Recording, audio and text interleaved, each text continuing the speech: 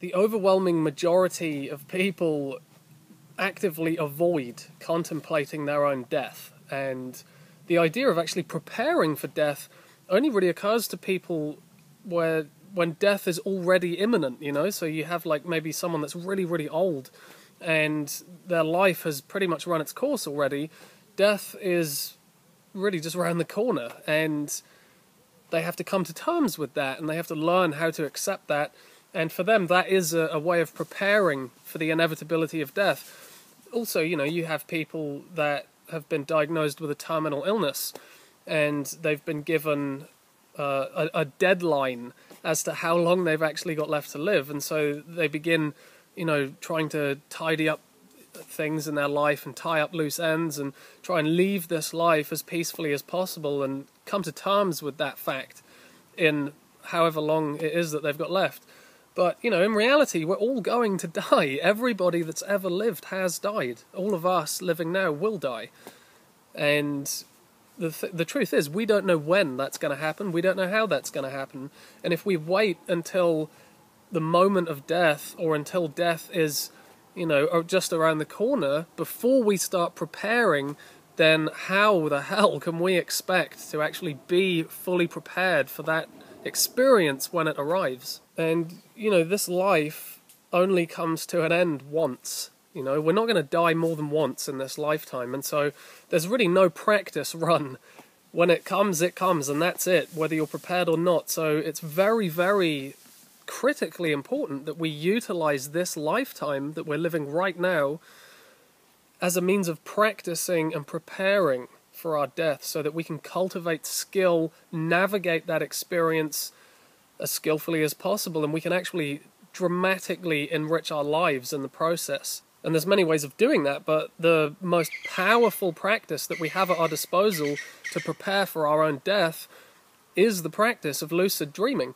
And probably the best way to understand that a bit better is to have a look at the traditional Tibetan spiritual concept of the Bardo states. Now, this idea is prevalent in all Tibetan spirituality. It exists in Tibetan Buddhism. It exists in the indigenous spiritual tradition of Tibet, the Bon tradition, which predates Buddhism by thousands and thousands of years. And in both of these spiritual traditions, the Bardo states are an enormous part of the teachings.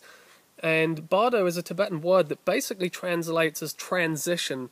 So it's really talking about, or really acknowledging and recognizing that we are never the same constantly. We're always changing. We're always going from a transition from one state of being to the next, to the next, to the next. And so the Bardo states are these stages of transition that we go through. And there's four main Bardo states. There's lots and lots of them, but there's four primary ones. And it's the Bardo of this life, the Bardo of dying, the Bardo of death, or the after-death state, and the Bardo of becoming. So, you know, we're born and we live a life, and then this life transitions towards death through the process of dying. Once we're dead, we transition through dying into that after-death state. From there, we transition into the Bardo of becoming. So we essentially are becoming a more substantial being, a human being, for example. So the idea of the Bardo states, really, that's what it is. It's just acknowledging that we're in a constant state of transition throughout our life and our death, and then our following life and death, and, you know, on to infinity.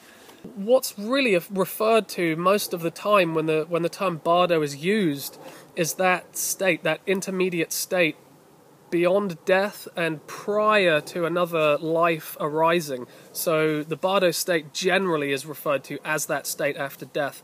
And the reason why lucid dreaming plays the most powerful role in terms of practice and preparation for death is that our sleep time is itself a Bardo state. It's a transition between being awake and then waking up again. It's that period in between, that transitory state between our waking consciousness. So when we go to sleep, it is very much like dying in a way. We leave our physical body behind. We awaken into a completely different reality. Often we leave behind everything familiar, everything that we feel emotionally attached to. It can be the most amazing experience. It can be the most terrifying, traumatic experience. And we can become completely lost, and our behavior can become absolutely dictated by the content and the experience of the dream. So the sleep and dream state and the after-death bardo state are considered in Tibetan spirituality to be very similar experiences, very, very similar. In fact, the dream and sleep state is the closest state of consciousness that we have in this lifetime to that death and after-death experience. So, you know, there's no way that we can expect to have any kind of lucid awareness in that after-death state if we can't cultivate lucidity in our dreams while we're asleep. And this is really why we've got to look at our dreams to understand how the experience of death is going to unfold for us. Because if we're having dreams where we're experiencing all this kind of emotional turbulence and we're just being tossed around by the content of the dream, and we're actually never developing any lucid awareness, then really that's how the death experience is likely to unfold for us.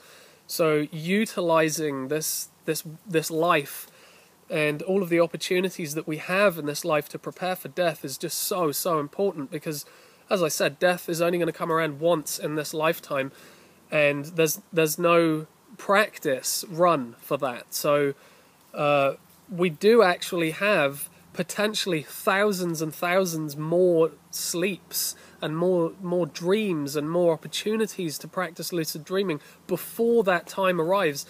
For many of us, we're going to have many years of sleep and dream time alone remaining before we actually die. So there's an enormous opportunity here to cultivate presence of mind, to cultivate mindfulness, to practice meditation in the day so that we can bring that meditation practice, that mindfulness practice, into the dream state and really begin to open our minds to the potential of being lucidly aware in any state of consciousness. As I mentioned in my instructional video on how to lucid dream and how to approach it in this way as a spiritual practice, it's as much a practice of the day as it is of the night, and it can be the most deeply transformative practice that can change our whole perspective on reality and really begin to open us to the unlimited potential of loosening the grip that our neurosis and fundamental ignorance has over us. We can actually understand the nature of reality with more clarity and actually experience not only the dream state but also the waking experience as more dreamlike, with a more dreamlike quality to it, which allows us to be less affected by the content of reality. So we can actually lessen our emotional attachment and emotional investment into the experience of life, and we can lessen the aversion that we have. You know, we lessen preferences, so we don't want certain things so much and we don't want to avoid other things so much. And this really allows us, through this practice, to become less attached to this life and less averted by our own death, and actually experience this as an ongoing bardo state where everything is in a constant state of flux, transitioning from one quality of experience to the next. And that's really going to enrich our quality of life and help us to prepare for death so much more thoroughly. So there's a link in the description box down there to that instructional video on how to lucid dream and actually going into the steps of the practice in a bit more detail. But for those people that really struggle with this whole idea and don't really believe that, you know, there's anything that follows death, that's absolutely fine. You really don't need to have any faith or belief in anything for this practice. But I do think it's important to ask yourself, do I really know that there's nothing after death? Do I really know that? No, you don't. You don't know. That may be what you think. You think, well, it can't be proven that anything comes after death. so there isn't anything. I believe there isn't anything. Well, you really don't know that 100%, just as you don't know that there is something after death. So I think it would be a really good idea to prepare as if there was something after death anyway, because if you prepare, you manage to totally transform your perspective on reality while you're still alive, while you're still awake. You manage to develop gradually and over consistent practice, develop constant lucidity through the waking and dreaming and sleeping states, and really just completely upregulate your entire quality of life. Then if you die and nothing happens, no big deal. You've completely transformed your life for the better. If something does happen after death, if there is an after-death experience, it's all just money in the bank, because you've spent your life preparing for that moment, and you're going to be in the best possible position to actually navigate that experience with the utmost skill when it arrives.